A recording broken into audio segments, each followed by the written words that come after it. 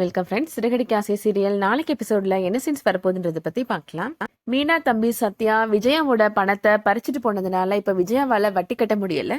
இந்த பணத்தை அடுத்த மாசம் கொடுத்துடுறேன் அப்படின்னு அவங்க எவ்வளவோ சொல்லி பாக்குறாங்க. ஆனா அந்த ஃபைனான்சியர் எதையுமே காதுல வாங்காம விஜயாவை ஒரு ரூம்ல போட்டு அடைச்சிடுறாரு.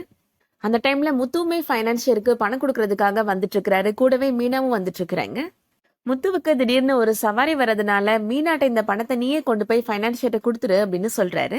அந்த பணத்தை எடுத்துட்டு இப்போ மீனா ஃபைனான்சியரை பாக்குறதுக்காக வராங்க. யாராச்சும் இருக்கிறீங்களா அப்படின்னு விஜயா கத்திட்டு இருக்கிறாங்க. விஜயாவோட சத்தம் இப்போ மீனாவுக்கு கேக்குது. அத்தை குரல் மாதிரில தெரியுது. அத்தை நீங்க எங்க இருக்கிறீங்க அப்படின்னு கேட்டுட்டு இருக்கிறாங்க மீனா. மீனாவோட சத்தம் கேட்டதும் விஜயா மீனாவுக்கு தெரியக்கூடாது அப்படின்னு ஒளிஞ்சு நின்னுக்கிறாங்க. என்ன மாதிரி சீன்ஸ் வர்றதுக்கான வாய்ப்புகள் இருக்கு அப்படின்னா மீனா கண்டிப்பா விஜயாவை கண்டுபிடிச்சிருவாங்க. நடந்த பிரச்சனை எல்லாத்தையுமே விஜயா இப்போ மீனாட்ட சொல்ல போறாங்க. மீனாவும் முத்துவும் சேர்ந்து சிசிடிவி ஃபுட்டேஜை செக் பண்ணி பணத்தை திருடினது சத்யா தான் அப்படின்ற உண்மையை கண்டுபிடிக்கிறதுக்கான வாய்ப்புகள் இருக்கு. சத்யாவை கடைசியா ஒரு தடவை வார்ன் பண்ணிட்டு சத்யாட்ட இருந்த பணத்தை வாங்கி ஃபைனான்சியர்ட்ட கொடுக்க போறாங்க.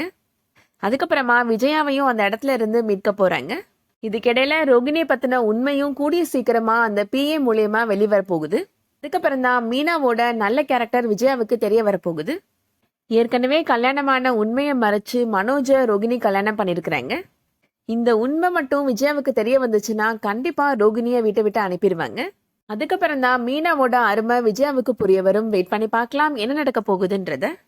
இந்த வீடியோ பிடிச்சிருந்துச்சுன்னா லைக் பண்ணிக்கோங்க. சீரியல் அப்டேட்ஸ்க்கு நம்ம சேனலை சப்ஸ்கிரைப் பண்ணிக்கோங்க. தேங்க்ஸ் ஃபார் வாட்சிங்.